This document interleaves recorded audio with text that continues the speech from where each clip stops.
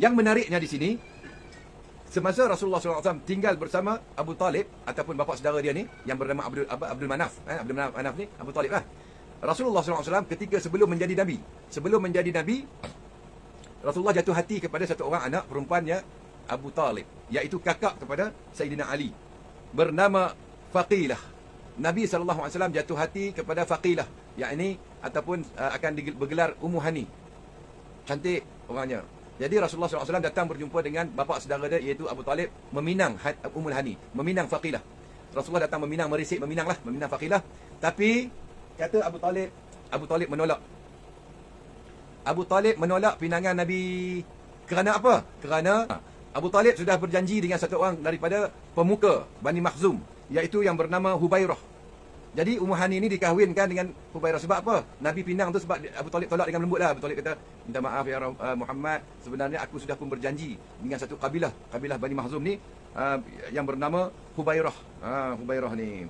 Kerana dia kata apa? Tidak Muhammad, aku berniat berjanji untuk menikahkan Faqirah ni dengan satu orang anak daripada Bani Makhzum yang bernama Hubairah. Kerana mereka dulu menikahkan bapakmu dengan bani kita.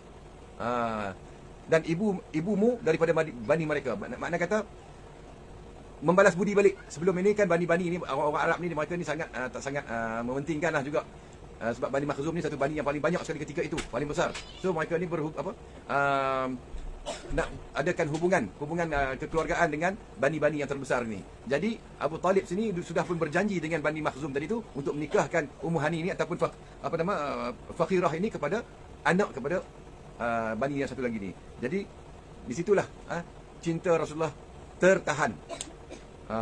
Kemudian tu dipendekkan cerita lagi, bila kota Mekah ditawan oleh Islam, ini cerita dah lama dah lah. Maka Ummu Hani pun Faqirah tadi pun bernikahlah dengan laki-laki yang pilihan keluarganya tadi tu, Hubairah tadi tu, mendapat anak 4 orang. Anak-anak Ummu Hani tadi tu bernama, dia yang menikah dengan laki-laki tadi tu yang bernama, anak yang bernama Hani, Amru, Ja'dah dan Yusuf, 4 orang ni. Kemudian tu bila Islam dah menang masuk ke kota Mekah balik, kan, suami dia Ummu Hani ni masih kafir. Maka dia lari daripada Mekah, keluar daripada Mekah, meninggalkan anak isteri dia. Dia larilah sebab dia tak nak masuk Islam. Jadi bila lari tu, Ummu Hani masuk Islam. Bila masuk Islam, suami dia lari kafir, maka secara automatiknya terpisah. Jadi menjadilah Ummu Hani ni seorang janda. Ummu Hani ni siapa? Sepupu Nabi, anak Abu Talib. Kemudian bila dia dah janda, sekali lagi Rasulullah SAW bertemu dengan Ummu Hani untuk meminang. Ummu Hani untuk dijadikan isterinya. Yang tadi tu Rasulullah meminang ketika Rasulullah belum diangkat menjadi Nabi. Ketika masuk kota Mekah, Rasulullah sudah kematian, Khadijah dah meninggal, dah wafat, Abu Talib pun dah wafat. Mana kata Ummu Hani ni sudah menjadi janda. Jadi janda disebabkan perceraian berlaku kerana dia masuk Islam, suami dia masih kafir, lari dari kota Mekah. Kemudian tu bila Rasulullah meminang Ummu Hani sekali ni, Ummu Hani sekali lagi menolak. Sekali lagi Ummu Hani menolak pinangan Rasulullah SAW ni. Hak mula tadi tu bapak dia tolak, disebabkan bapak dia Abu Talib berjanji kepada Bani Makhzum, kan. Apabila dah bercerai, sebab tu hukum dia, kalau kita nak pergi merisik melamar janda, kita boleh pergi jumpa janda tu terus, naklah kahwin dengan saya. Jadi janda ni tidak perlu minta izin daripada wali. Jadi sebab tu Rasulullah direct kepada Ummu Hani, maka Ummu Hani menolak dengan alasan apa? Bukan Ummu Hani tak nak dengan Rasulullah. Ummu Hani nak dengan Rasulullah, tapi alasan dia, dengar alasan dia.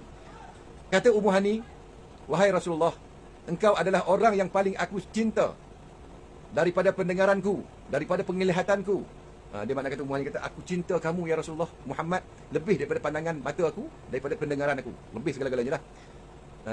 Akan tetapi, bukankah hak seorang suami itu besar? Ummu Hani tanya balik, bukankah hak seorang suami tadi itu besar? Saya khawatir, Ummu Hani kata, aku khawatir jika aku menerima engkau sebagai suami, perhatian aku terhadap diriku dan terhadap anak-anakku akan terabai. Namun jika aku lebih mementingkan anak-anak aku khawatir tidak boleh memenuhi hak-hak kamu sebagai seorang suami. Faham tak? Faham tak maksud dia kata apa? Ummu Hani ni cinta kepada Nabi. Sedangkan ketika itu dia ada 4 orang anak. Jadi Ummu Hani kata, kalaulah aku terima engkau sebagai suamiku ya Rasulullah, berat tanggungjawab aku, beratnya aku punya ni, hati aku. Sebab kalau aku melebihkan kepada anak aku, jadi aku akan mensia-siakan engkau. Sedangkan engkau ni Nabi. Tapi manakala aku melebihkan engkau, aku takut aku akan mensia-siakan anak aku. Itu katanya Ummu Hani kepada Nabi. Dengan perkataan itu, Nabi tersenyum, makna kata Nabi redha. Nabi kata, ya, ini bukan jodoh aku. Dan Nabi SAW mengucapkan satu hadis yang terkenal, yang tertulis dalam Sahih Bukhari, Bukhari, Muslim dan Ahmad. Adalah hadis Bukhari, Muslim ni. Kata Nabi, selepas Nabi mendengar alasan Ummu Hani, Nabi berkata, sebaik-baik wanita yang bisa menunggang unta. Nabi kata, sebaik-baik wanita yang boleh menunggang unta adalah wanita Quraisy. Kerana dialah orang yang paling sayang kepada putera-puteranya. Dan pada saat yang sama, dialah yang paling sayang kepada suaminya. Itu Nabi memberi penghargaan kepada Ummu Hani tadi tu dengan mengucapkan satu hadis tu.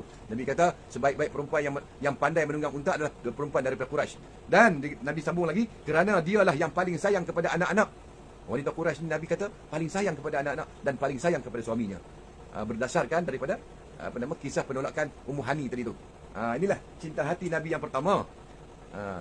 Yang mana Nabi pernah meminang dia ketika Nabi sebelum diangkat menjadi Rasul, dan ketika Islam sudah menang, Khadijah sudah wafat, Abu Talib sudah wafat, meminang sekali lagi dalam semasa mana Ummu Hani ni sudah pun menjadi hamba lah, sudah menjadi janda. Itulah cinta Nabi kepada satu orang perempuan, yakni sepupu dia juga. Ummu Hani ni sepupu dia dan juga kakak kepada Sayyidina Ali, kekasih hati Nabi yang pertama. Yang mana Ummu Hani ini adalah orang yang menyaksikan malam Isra wal Mi'raj. Isra wal Mi'raj, ketika Nabi naik ke langit Sidratul daripada Isra ni daripada Mekah Baitul Haram ke Baitul Maqdis. Isra, Mi'raj naik ke atas daripada Baitul Maqdis ke Sidratul Muntaha. Jadi Ummu Hani ni menyaksikan malam itu. Maknanya kata orang yang menyaksikan malam Isra Mi'raj ni salah seorangnya Ummu Hani, ataupun nama Ummu Hani ni apa? Fakhirah binti Abu Talib. Tamam? Okey. Halas. Kita nak pergi cerita lain pula.